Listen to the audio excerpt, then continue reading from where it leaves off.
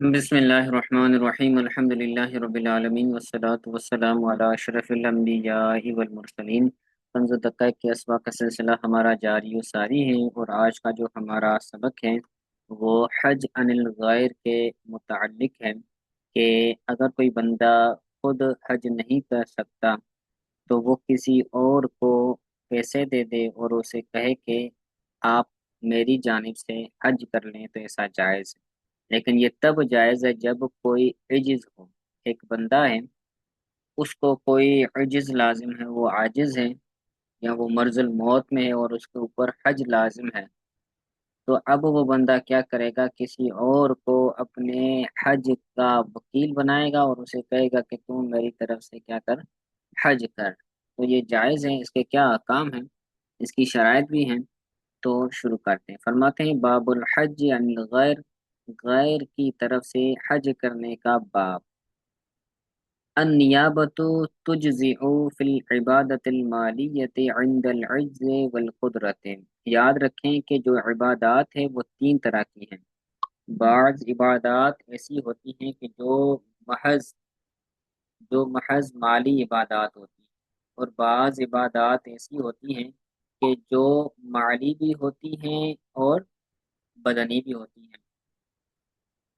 بعض عبادات صرف مالی ہوتی ہیں اور بعض عبادات صرف بدنی ہوتی ہیں، اور تیسری قسم آ جاتی ہے وہ عبادات جو دونوں کا مرکب ہو، یعنی عبادت مالیہ بھی ہو اور عبادت بدنیہ بھی ہو۔ جیسے صرف عبادت مالیہ ہو تو اس کی مثال جو ہے وہ زکوٰۃ ہے، اور اسی طرح جو عبادت بدنیہ ہے تو اس کی مثال نماز، روزہ ہے، اعتکاف ہے۔ اور تیسری جو دونوں سے مرکب ہو، عبادت مالیہ سے بھی مرکب ہو اور عبادت بدنیہ سے بھی مرکب ہو، تو اس کی مثال ہے حج۔ تو حج میں بدن بھی ہوتا ہے اور حج میں جو ہے وہ مال کا بھی استعمال ہوتا ہے۔ تو جو عبادت مالیہ ہے اس میں عجز اور قدرت دونوں کے وقت وہ کسی اور کو نائب بنا سکتا ہے، جو عبادت مالیہ ہے۔ جیسے زکوٰۃ ہے، تو اگر وہ بندہ عاجز ہے، بیمار ہے اور وہ خود ادا نہیں کر سکتا زکوٰۃ، تو بھی وہ کسی اور کو مالک بنا سکتا ہے، اس کو وکیل بنا سکتا ہے اور اس کو یہ کہے کہ تم میری طرف سے کیا کر، یہ زکوٰۃ ادا کر دے۔ اگر عاجز ہے تو بھی کر سکتا ہے، اگر عاجز نہیں ہے، وہ صحت یاب ہے، بیمار نہیں ہے، پھر بھی کیا کر سکتا ہے، وہ اس کو دیکھ کر کہہ سکتا ہے کہ تم میری طرف سے زکوٰۃ ادا کر۔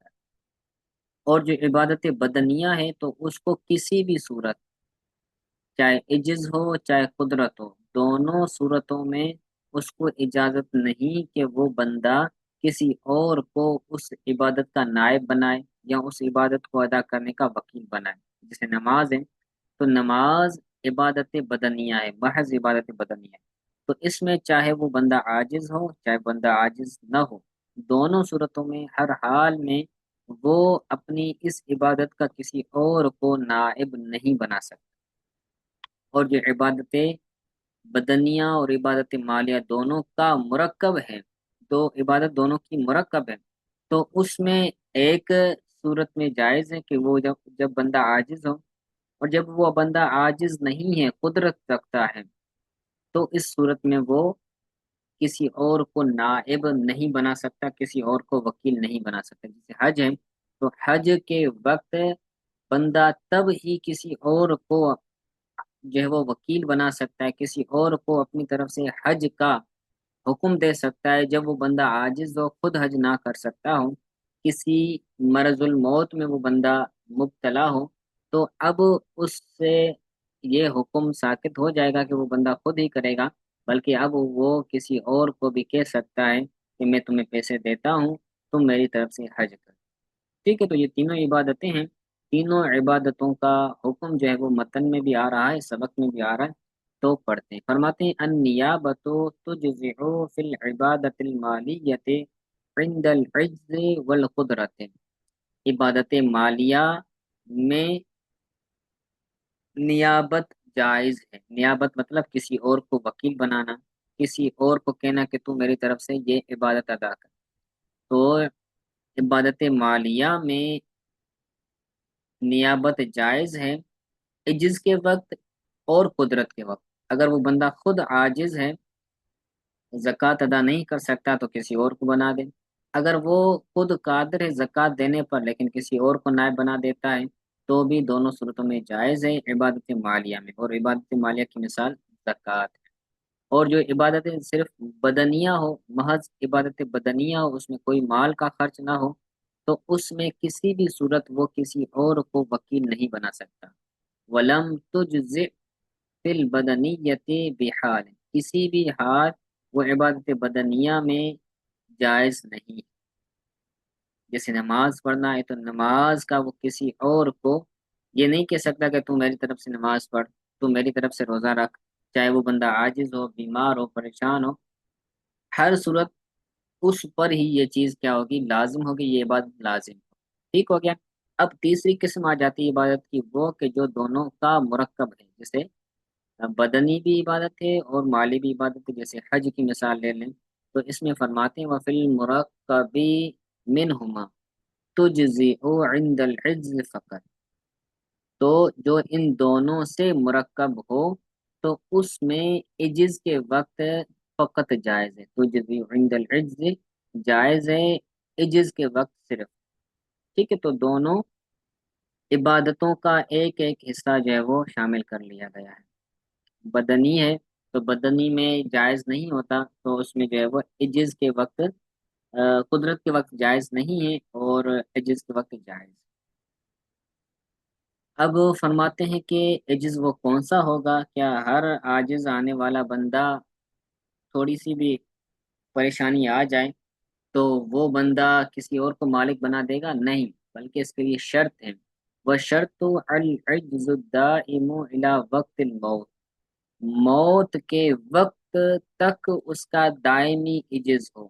شرط کیا ہے؟ کہ اس کا جو عجز ہے وہ مرنے کے وقت تک وہ دائمی عجز والا ہو۔ جیسے مرض الموت میں نے عرض کیا، یا ایسی بیماری لگ گئی ہے کہ وہ اٹھ نہیں پا رہا، کوما میں چلا گیا ہے، وغیرہ وغیرہ۔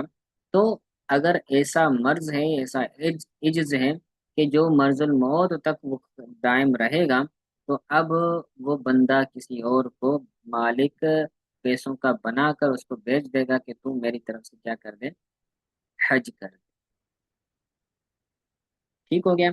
تو اس کے بعد فرماتے ہیں کہ کس حج کے لیے وہ کسی اور کو نائب بنائے گا۔ حج کی دو صورتیں، زندگی میں ایک مرتبہ حج کرنا صاحب حیثیت بندے پر، صاحب نصاب بندے پر فرض ہے، اور ایک مرتبہ اگر وہ کر لے گا اب اس پر پوری زندگی میں حج کرنا یہ اس کے اوپر نفل ہے۔ اگر کرے گا تو اس کا نفل ادا ہوگا، حج فرض پہلے ادا ہو چکا ہے۔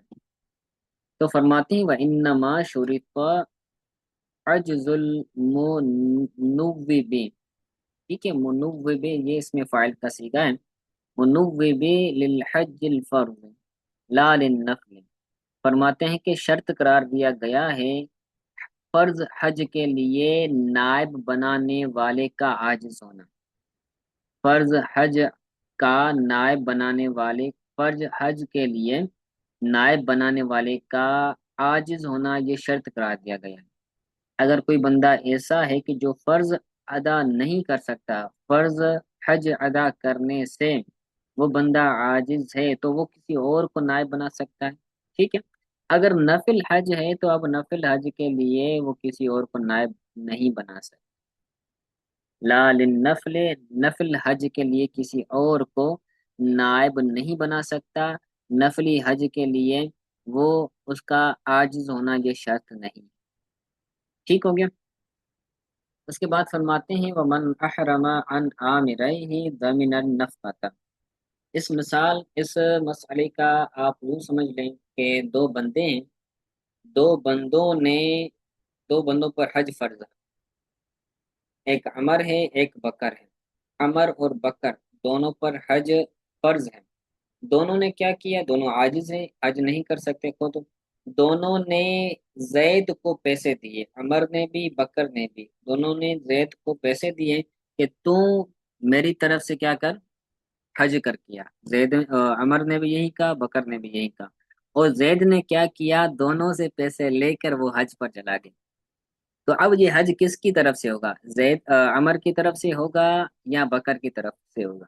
تو جواب یہ ہے کہ دونوں کی طرف سے نہیں ہوگا، نہ عمر کی طرف سے حج ہوگا نہ بکر کی طرف سے حج ہوگا، بلکہ یہ اس کا اپنی طرف سے جو ہے وہ حج ہوگا۔ اور وہ جو بندہ ہے وہ دونوں کو پیسے لوٹائے گا، عمر کو بھی پیسے واپس دے گا اور بکر کو بھی پیسے لوٹائے گا۔ کیوں؟ کیونکہ اس نے یہ ان کو اس کے اندر یہ ہے کہ اگر کوئی بندہ کسی کو حج کا وکیل بناتا ہے تو اس کے اندر یہ ہوتا ہے کہ وہ اپنے اس حج میں کسی اور کو شریک نہیں کرے گا۔ میں تمہیں پیسے دے رہا ہوں تو یہ حج میری طرف سے ہی کیا کر، ادا کر، جو میرے اوپر فرض، میرے اوپر لازم ہے تو وہ فرض میرے سے اتر جائے۔ تو وہ پیسے اس لیے دیتا ہے تاکہ وہ جو حج اس بندے کے اوپر لازم ہوا ہے، فرض ہوا ہے، وہ اتر جائے اور کسی اور کو شریک نہ کرے۔ تو زید نے کیا کیا، عمر کے ساتھ بکر کو بھی شریک کر لیا، بکر کے ساتھ عمر کو بھی شریک کر لیا، تو دونوں کی طرف سے یہ حج جو ہے وہ حج کی جو شرط تھی وہ پوری نہیں ہوئی، لہذا اب دونوں کی طرف سے حج ادا نہیں ہوگا اور وہ بندہ دونوں کو پیسے واپس لوٹائے گا۔ ٹھیک ہو گیا؟ یہی بیان فرماتے ہیں مسئلے کے اندر، فرماتے ہیں ومن احرم ان آمریہ ضمن النفقۃ، کسی بندے نے دو امر، دو حکم دینے والوں کی طرف سے احرام باندھا۔ آمرن، یہ امر دینے والے کا تسنیہ ہے، آمر حمزہ کے ساتھ، آمر حکم دینے والا، آمران پھر یہ حالت جری میں ہے تو آمرین، تو نون جو تھا وہ اضافت کی وجہ سے گر گیا، ہا ضمیر کی وجہ سے، ہا ضمیر کی طرف اضافت ہے۔ تو فرماتے من احرم ان آمرہ، جس بندے نے دو حکم دینے والوں کی طرف سے احرام باندھا، تو اب کیا ہوگا، دونوں کی طرف سے وہ حج ادا نہیں ہوگا تو کیا ہوگا، دمن النفقۃ، وہ نفقے کا ضامن ہوگا، جو انہوں نے پیسے دیے تھے، عمر نے بھی اور بکر نے بھی، تو ان دونوں کو پیسے وہ لوٹانا اس بندے پر لازم ہوگا، اس کا ذمہ۔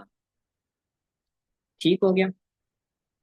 اب اس کے بعد مسئلہ فرماتے ہیں کہ ایک بندے نے پیسے دیے تھے، وہ حج کرنے جا رہا تھا، حج کرنے جا رہا تھا تو اس کو روک لیا گیا، وہ محصور ہو گیا، اس کو کسی نے روکا بیماری کی وجہ سے یا کسی اور وجہ سے۔ اب وہ بندہ حالت احرام میں ہے، تو ہم پڑھ کر آئے ہیں کہ اگر کوئی بندہ حالت احرام میں محصور ہو جائے تو اب اس کے اوپر کیا لازم ہے، دم لازم ہے، دم وہ ادا کرے گا، جانور بھیجے گا یا پیسے بھیجے گا، اور اس کی طرف سے جانور ذبح ہوگا تو یہ حالت احرام سے نکل کر حالت حلال کے اندر آ جائے گا، یہ حلال ہو جائے گا، احرام سے نکل کر حلال ہو جائے گا۔ تو اب یہ جو دوسرے کی طرف سے حج کرنے جا رہا ہے تو یہ جو محصور ہو گیا ہے، تو اب محصور ہونے کا جو دم ہے، احصار کا جو دم ہے، یہ کس پر لازم ہوگا، وکیل پر لازم ہوگا یا موکل پر لازم ہوگا؟